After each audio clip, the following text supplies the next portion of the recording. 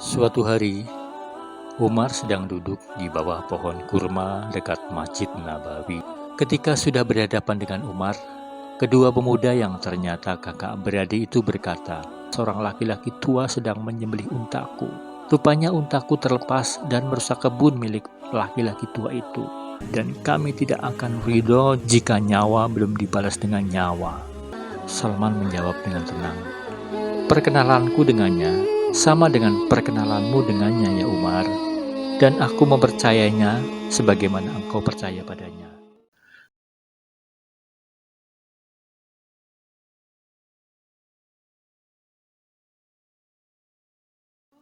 "Wahai Amirul Mukminin, kau telah mendengar ceritanya. Kami bisa mendatangkan saksi untuk itu," sambung pemuda yang ayahnya terbunuh. "Tegakkanlah had Allah atasnya," timpal yang lain. Umar tertegun dan bimbang mendengar cerita si pemuda lusuh itu. "Sesungguhnya yang kalian tuntut ini, pemuda soleh lagi baik budinya. Dia membunuh ayah kalian karena khilaf, kemarahan sesaat," ujarnya. "Izinkan aku meminta kalian berdua memaafkannya, dan akulah yang akan membayarkan tebusan atas kematian ayahmu," lanjut Umar. "Maaf Amirul Mukminin," sergah pemuda masih dengan mata marah menyala. "Kami sangat menyayangi ayah kami, dan kami tidak akan ridho jika nyawa belum dibalas dengan nyawa." Umar semakin bimbang, di hatinya telah tumbuh simpati kepada si pemuda lusuh yang dinilainya amanah, jujur, dan bertanggung jawab. Tiba-tiba si pemuda lusuh berkata, "Wahai Amirul Mukminin, tegakkanlah hukum Allah, laksanakanlah kisos atasku. Aku ridho dengan ketentuan Allah," ujarnya dengan tegas. "Namun, izinkan aku menyelesaikan dulu urusan kaumku. Berilah aku tangguh 3 hari. Aku akan kembali untuk dikisos." "Mana bisa begitu," ujar kedua pemuda yang ayahnya terbunuh. "Nak, tak punyakah kau kerabat atau kenalan untuk mengurus urusanmu?" tanya Umar. "Sayangnya tidak ada, Amirul Mukminin." "Bagaimana pendapat engkau jika aku mati, membawa hutang pertanggungjawaban kaumku bersamaku?" Pemuda lusuh balik bertanya kepada Umar. "Baik, aku akan memberimu waktu 3 hari. Tapi harus ada yang mau menjaminmu agar kamu kembali untuk menepati janji," kata Umar. "Aku tidak memiliki seorang kerabatku di sini, hanya Allah. Hanya Allah lah penjamin, wahai orang-orang beriman," ujarnya, rajuknya. Tiba-tiba dari belakang kerumunan terdengar suara lantang. "Jadikan aku penjaminnya, wahai Amirul Mukminin."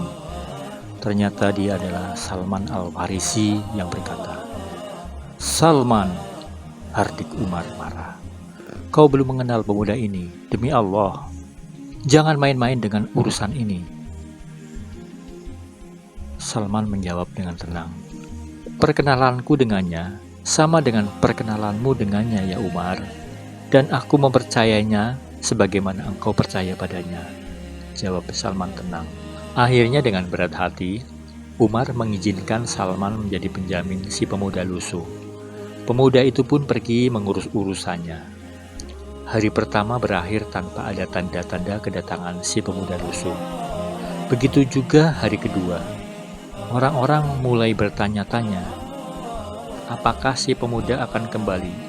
Karena mudah saja jika si pemuda itu menghilang ke negeri yang jauh. Hari ketiga pun tiba. Orang-orang mulai meragukan kedatangan si pemuda lusuh itu, dan mereka mulai mengkhawatirkan nasib Salman Al-Farisi, salah seorang sahabat Rasulullah Shallallahu Alaihi Wasallam. Matahari hampir tenggelam, hari mulai berakhir. Orang-orang berkumpul untuk menunggu kedatangan si pemuda lusuh tadi. Umar berjalan mondar-mandir, menunjukkan kegelisahannya. Kedua pemuda yang menjadi penggugat kecewa karena keingkaran janji si pemuda lusuh tadi. Akhirnya tiba waktunya pengkisosan. Salman dengan tenang dan penuh ketawakalan berjalan menuju tempat eksekusi. Hadirin mulai terisak karena menyaksikan orang hebat seperti Salman akan dikorbankan. Tiba-tiba di kejauhan ada sesosok bayangan berlari, terseok-seok, jatuh, bangkit, kembali jatuh, lalu bangkit kembali. "Itu dia," teriak Umar. Dia datang menepati janjinya. Dengan tubuhnya bersimbah peluh dan nafas tersengal-sengal, si pemuda itu ambruk di pangkuan Umar.